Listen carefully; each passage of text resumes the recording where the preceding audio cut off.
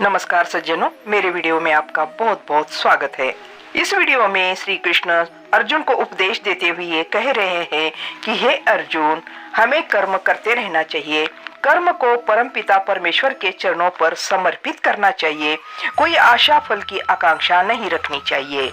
आगे श्री कृष्ण कहते हैं कि आशा, ममता, मोह, दुख, सुख सबको छोड़कर सिर्फ काम में निरंतर लगे रहना चाहिए। यही तो है सफलता का फार्मूला, सफलता का सही राज। सभी के जीवन का मुख्य उद्देश्य है मोक्ष प्राप्त करना, जीने मरने के कर्म से बचना।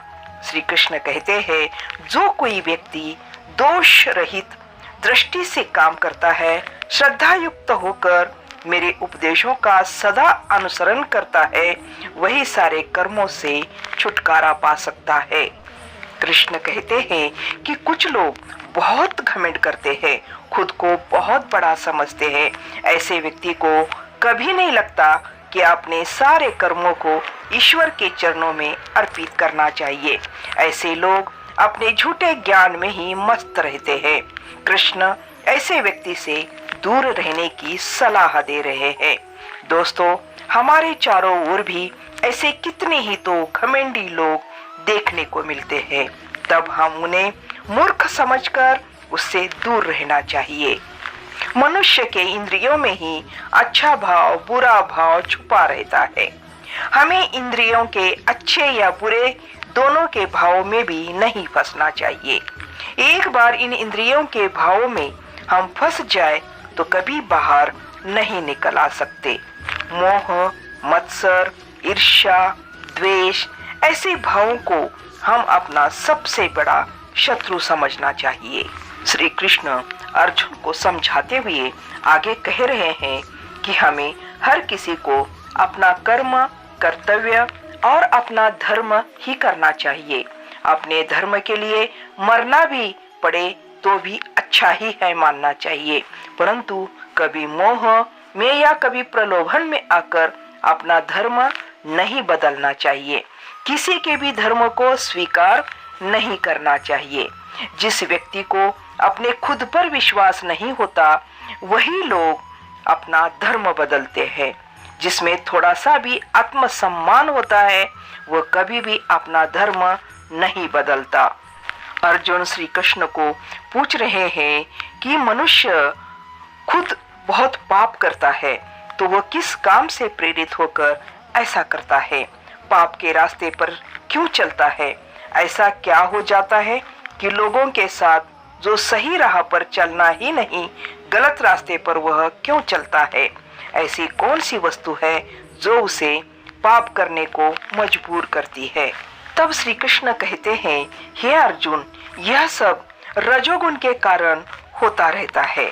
जिस प्रकार धुएं से आग और धूल से दर्पण ढका रहता है, तथा जिस तरह से बादलों से शुभ्र आकाश भी दिखाई नहीं देता, उसी प्रकार काम, क्रोध, घमंड, अभिमान जब इंसान पर चढ़ जाते हैं तो वह भी बुरे कर्म करने के लिए प्रेरित होता है। श्री कृष्ण आगे समझाते हुए कह रहे हैं कि भोगों से किसी की तृप्ति आज तक नहीं हुई है। पैसा अगर कमाया है तो वह कमाना है, खाना अगर खाया है तो वह खाना है। भोगा का कोई अंत नहीं होता, बल्कि वह भोग मनुष्य का अंत करके ही शांत होता है। जैसे आग को ईंधन मिलता रहे तो आग कभी बुझती ही नहीं। इस भोगों को आग बढ़ाते ही रहती है। जलती हुई अग्नि में ईंधन ही तो डाल रहे हैं। काम, क्रोध, मद, मत्सर, अहंकार, लालच, इन सब पर नियंत्रण रखना चाहिए। भोग जैसे भयंकर आग को मिटाने का एक ही हथियार है। कृष्ण कह रहे हैं, हे अर्जुन, इसीलिए प्रथम तो अपने इंद्रियों को वश में कर।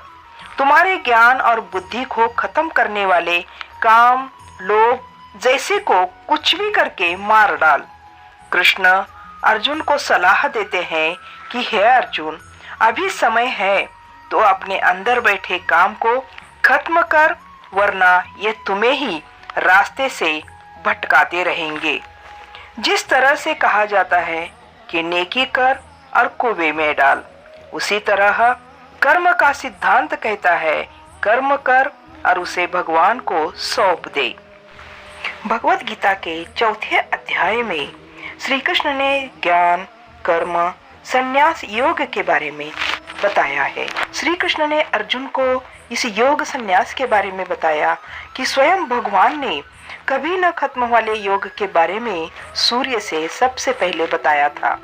फिर सूर्य ने इस अद्भुत योग की जानकारी अपने पुत्र वैवस्वत मनु को दी थी और मनु ने अपने पुत्र राजा इक्ष्वाकु से बताई थी। यहाँ श्री कृष्ण ने भगवान नाम का जो उल्लेख किया है वो और कोई नहीं, स्वयं श्री कृष्ण ही है। श्री कृष्ण सृष्टि के आदि और अंत तक सब कुछ जानते थे। वे हर समय अलग अलग रूपों में इस संसार में मौजूद थे और हमेशा ही मौजूद रहेंगे। योग यानी कभी नाश न हो, ऐसे योग की जानकारी श्री कृष्ण अर्जुन को दे रहे हैं। वे बता रहे हैं कि हे अर्जुन, परंपरानुसार पीढ़ी दर पीढ़ी योग की जानकारी आगे बढ़ती चली गई। बहुत सारे राजाओं ने इसे अपनाया, परंतु कुछ कालांतर के बाद योग पृथ्वी लोक से ही गायब हो गया। दोस्तों, किसी भी बात का ज्ञान धीरे धीरे आता है और धीरे धीरे फैलना शुरू हो जाता है। यह ज्ञान सूर्य से होते हुए आगे बढ़ते बढ़ते गीता उपदेश के माध्यम से हमारे तक आया। यह सिलसिला चलता रहा।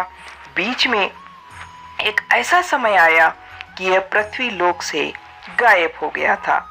ज्ञान बढ़ाने से बढ़ता है, घटाने से घटता है। गीता उपदेश के ज्ञान को अब तक लाने का प्रयास किया जा रहा है। सज्जनों, आपको वीडियो कैसे लगा? अच्छा लगा तो लाइक, शेयर, कमेंट जरूर करें। नए हो तो सब्सक्राइब करें और मिलते हैं अगले और एक विचार के साथ, भगवत गीता के उपदेश के साथ। धन्यवाद।